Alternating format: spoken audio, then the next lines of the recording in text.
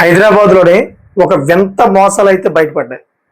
నిజంగా హైదరాబాద్ ప్రజలు డబ్బులు ఎక్కువైపోయి ఉన్నారో నాకేం తెలియదు కానీ హైదరాబాద్లో కొంతమంది చేసిన ఈ పనుల వల్ల అయితే చాలామంది కుటుంబాలు రోడ్డున పడ్డాయి.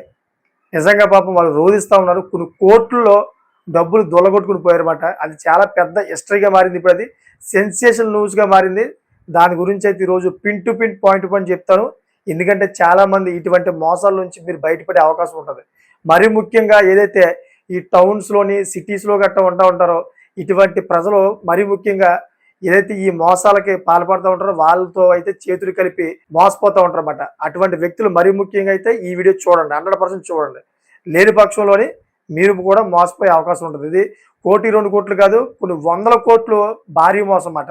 చాలా క్లియర్ కట్గా చేశారు. దీంట్లో ప్రజలందరూ కూడా ఏ విధంగా మోసపోయారు అనే విషయాలు pin to pin point to point చెప్తారు. మీకు క్లారిటీ వచ్చేస్తుందన్నమాట. రీసెంట్లీగా హైదరాబాద్లోని 2 వ్యక్తులు కలిపి ఒక సంస్థను ఏర్పాటు చేశారన్నమాట. ఆన్లైన్గా సంస్థ అన్నమాట. ఆ సంస్థలోని పెట్టుబడులు పెడితే అంటే ₹1,00,000 మీరు పెట్టుబడి పెడితే కనుక సంవత్సరానికి 48% రిటర్న్స్ మేము ఇస్తాం మీకు. అటువంటి సంస్థ అని చెప్పేసి వాళ్ళకి బూట కౌలు చెప్పారు. పాపం చాలా మంది ప్రజలకి ఇలా చాలా మంది పేద ప్రజలు వీళ్ళు చెప్పిన మాటలన్నీ కూడా విన్నారు. ప్రతిదీ కూడా విని పాపం ఒక్కొక్కరు ఏం చేశారంటే లక్ష కాదు, ఏకంగా ఒక్కొక్కరు ₹1,50,00,000 కొంతమంది ₹1,00,00,000 కొంతమంది 20 లక్షలు 30 లక్షలని ఈ విధంగా అయితే ఆ సంస్థలో పెట్టుబడులు పెట్టడం మొదలెట్టారు. ఇలా ఎప్పుడైతే పెట్టుబడులు పెట్టడం మొదలు పెట్టారో హైదరాబాద్లోని ఈ 2 వ్యక్తులు ఎవరైతే ఉన్నారో ఒక వ్యక్తి మగవాడు, ఒక వ్యక్తి ఏమో మహిళ మాట. ఇప్పుడు రీసెంట్లీగా మొన్న జూలై 5వ తారీఖుని ఆ మహిళ ఎవరైతే ఉన్నారో ఆ మహిళ అమెరికాలో చనిపోయింది. ఎప్పుడైతే ఈ అమెరికాలో ఈ మహిళ చనిపోయిందో మొత్తం హిస్టరీ అంతా కూడా వెనక్కి తిరిగిందన్నమాట. మొత్తం దీనికి సంబంధించిన కథ అంతా కూడా సీన్ రివర్స్ అయింది. బాధితులందరూ కూడా అసలు విషయం తెలిసింది. ఏ విధంగా అంటే వీళ్ళు కొన్ని కోట్లు ప్రజల దగ్గర నుంచి కొల్లగొట్టి 48% ఇస్తున్నారు కదా.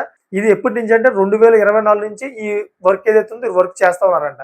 ఈ వర్క్ చేస్తున్న క్రమంలోని 1 సంవత్సరం అయితే వీళ్ళకి రిటర్న్స్ ఇచ్చారంట. వీళ్ళు ప్రతి నెల కూడా రిటర్న్స్ కూడా ఇచ్చారంట.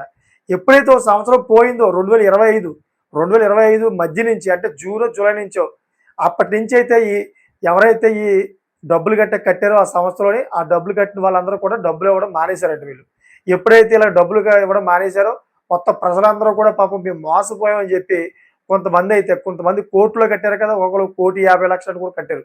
అటువంటి వ్యక్తులు ఒక 10 మంది కలిపి ఏదైతే హైదరాబాద్లో వాళ్ళ నియరెస్ట్ పోలీస్ స్టేషన్ ఉందో పోలీస్ స్టేషన్ దగ్గరికి వెళ్ళి కంప్లైంట్ చేశారు. ఇలా కంప్లైంట్ చేయడంతో మొత్తం ఆ బండారం అంతా ఏదైతే సంస్థ ఉందో ఆ సంస్థ యొక్క బండారం అంతా బయటపడింది. సో ఇక్కడ ఒక ట్విస్ట్ ఉందన్నమాట. మీరు అనుకోవచ్చు ఈ వ్యక్తులు ఈ విధంగా ఎలా నమ్మారని.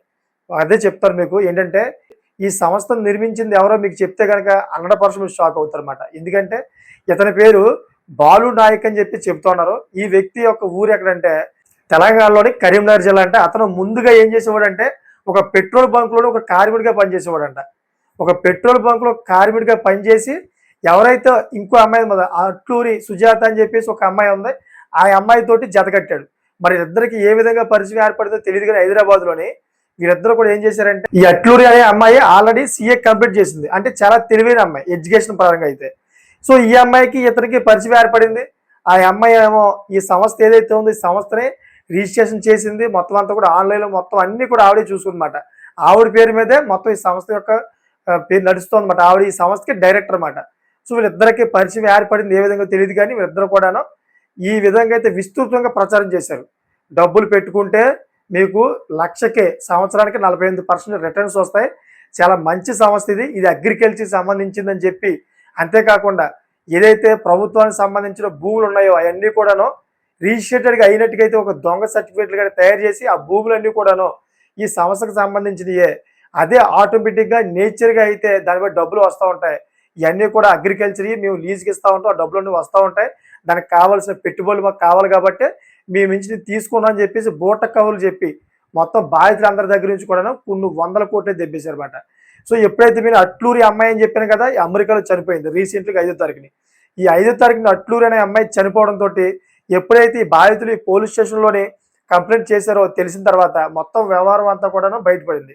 ఈ వ్యక్తి ఎవరైతే ఉన్నారో ఈ వ్యక్తి కూడాను అమెరికా పారిపోదాం అని చెప్పేసి ఎక్కడైతే గుజరాత్ ఉందో గుజరాత్ ఎయిర్పోర్ట్లో అయితే గుజరాత్ పోలీసులు పట్టుకొని ప్రజెంట్ అయితే కస్టడీలో పెట్టారు. మొత్తం ఎంక్వైరీ చేస్తూ ఉన్నారన్నమాట. ఈ అట్లూరి అనే అమ్మాయి మొత్తం అంతా కూడా వ్యవహారం నడిపించినట్టు అంతేకాకుండా ఈ సంస్థ ఏదైతే ఉందో ఈ సంస్థలోని మొత్తం రిజిస్ట్రేషన్ వ్యవహారాలన్నీ కూడా ఈవిడే చూసుకున్నట్టు ఈవిడ సంతకాలు ఉన్నాయంట. అంతేకాకుండా చాలా ఫైనాన్షియల్గా వ్యవహారాలు ఏవైతే జరిగాయో ఇవన్నిటిలో కూడాను ఆవిడ సంతకాలే ఉన్నాయంట. ఎందుకంటే ఈ వ్యక్తిని ఎప్పుడైతే అరెస్ట్ చేశారో ఆమెను కూడా అరెస్ట్ చేయాలి కదా. అరెస్ట్ చేసిన తర్వాత మొత్తం అంతా కూడా ఇన్ఫర్మేషన్ వస్తుంది. కానీ ఇదేదో ప్రీ ప్లాన్గా అయితే ఆమెను చంపారేమో అని చెప్పి అనుమానం వ్యక్తం చేస్తున్నారు అనమాట. ఎప్పుడైతే ఆమె దొరుకుతుందో మొత్తం ఈ వ్యవహారం అంతా కూడా బయటపడిపోద్ది. అందుకనే ముందుగానే ప్రీ ప్లాన్గా ఆమెను చంపేశారేమో అని చెప్పేసి వ్యక్తం చేస్తున్నారు. ఎందుకంటే చాలా వ్యవహారాల్లోనే ఆవిడే సంతకం చేసిందని చెప్పేసి ఎంక్వైరీలు తేలిందన్నమాట.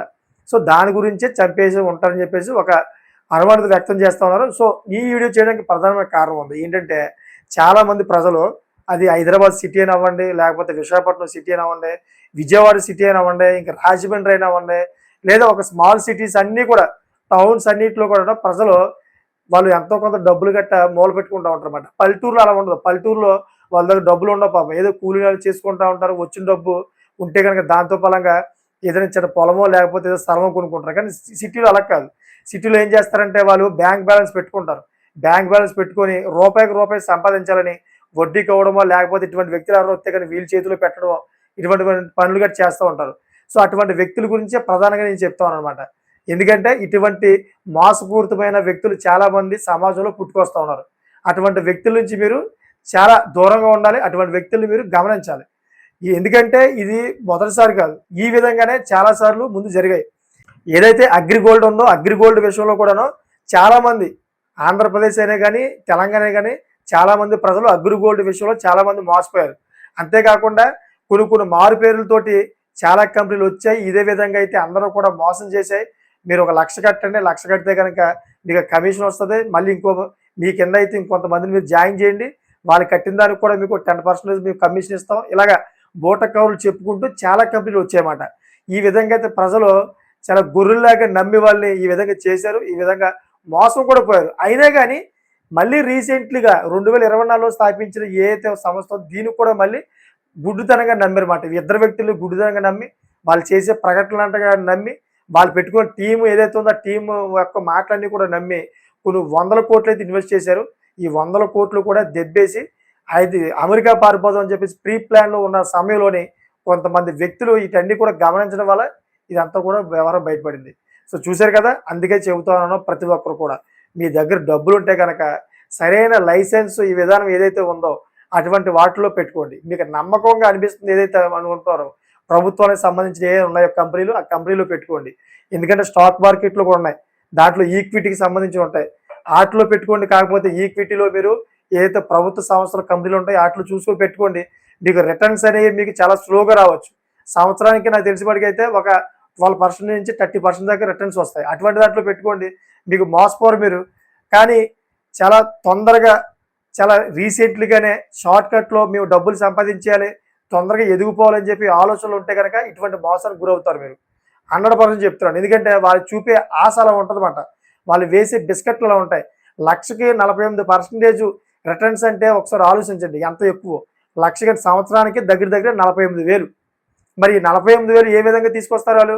ఇప్పుడు మనం అదే 48,000 ఇచ్చేస్తున్నారు అని చెప్పేసి చాలామంది లెక్కలు వేసుకుంటూ ఉంటారు మన బుక్లోని. కార్పొరేటర్ లెక్కలు వేసుకుంటారు అనమాట. ₹1,00,00,000 కడితే ఎంత వచ్చేస్తుంది? ₹1,00,00,000 కడితే మనకి 50,00,000 వచ్చేస్తున్నాయి కదా, ఇంకే మరి సంవత్సరానికి 50,00,000 వచ్చేస్తున్నాయి. అలాగే 10 కోట్లు పెడితే ఒక 5 కోట్లు వచ్చేస్తున్నాయి కదా, ఇంకే మరి చక్కగా మనం చాలా తొందరగానే ఒక 5 సంవత్సరాల్లోనే బాగా ఎదిగిపోతాం. మనం బోలంత ఆస్తులు సంపాదించేసుకోవచ్చు, బోలు కారులు తిరగచ్చు, ఇష్టానుసారంగా బతకచ్చు అనే ఆశతో వెళ్తూ ఉంటారు అన్నమాట. ఇటువంటి వ్యక్తుల చేతిలో మోసపోతూ ఉంటారు. మీ ఆశే మిమ్మల్ని గోతులోకి దింపేస్తుంది. మరీ చెబుతా ఉన్నాను, ఇటువంటి వ్యక్తులు సొసైటీలో ఎప్పటికప్పుడు పుట్టుకొస్తూనే ఉంటారు. ఎందుకంటే వాళ్ళు కూడా డబ్బు కావాలి. మీరు ఏదైతే ఆశపడుతున్నారో చాలా తొందరగా డబ్బులు సంపాదించాలని వాళ్ళు కూడా అదే విధంగా ఆశపడుతూ ఈ విధంగా అడ్డదారులు తొక్కుతూ ఉంటారు అన్నమాట. అటువంటి వాళ్ళ చేతిలో మీరు మోసపోవద్దని చెప్పేసి ఈ వీడియో తీసుకొచ్చారు. చూశారు కదా, ఇటువంటి భారీ మోసం అయితే హైదరాబాద్లో జరిగింది. కొన్ని 100 మంది అంటే పాపం ప్రజలందరూ కూడా రోడ్డు పడ్డారు. వాళ్ళందరూ కూడా న్యాయం జరగాలని కోరుకుందాం దేవుడి దయ వల్ల. సో దీని మీద మీకు ఏమనిపిస్తుంది? చట్టాల్లో ఇటువంటి వ్యక్తిని ఏ విధంగా నిర్మూలించాలి అనే అవగాహన మీకు ఏమైనా ఉంటే కనుక, ఆ చట్టాల గురించి మీకు ఏం తెలుసుంటే కనుక కామెంట్ చేయండి. ఎందుకంటే చాలామంది వాటి గురించి వచ్చి చూస్తారు. ఎందుకంటే చాలామంది కామెంట్ చదువుతారు కాబట్టి అన్నీ కూడా చూసి ఎంతో కొంత వాళ్ళు నేర్చుకుంటారు. అందుకని కామెంట్ చేయమని చెప్తాను. సో చూశారు కదా, ఇటువంటి లేటెస్ట్ ఇన్ఫర్మేషన్ ఎప్పటికప్పుడు మేము ముందుకు తీసుకొస్తాను. దయచేసి ఆ ఛానల్ సబ్స్క్రైబ్ చేసుకుంటారని కోరుకుంటున్నాను. Thank for watching friends.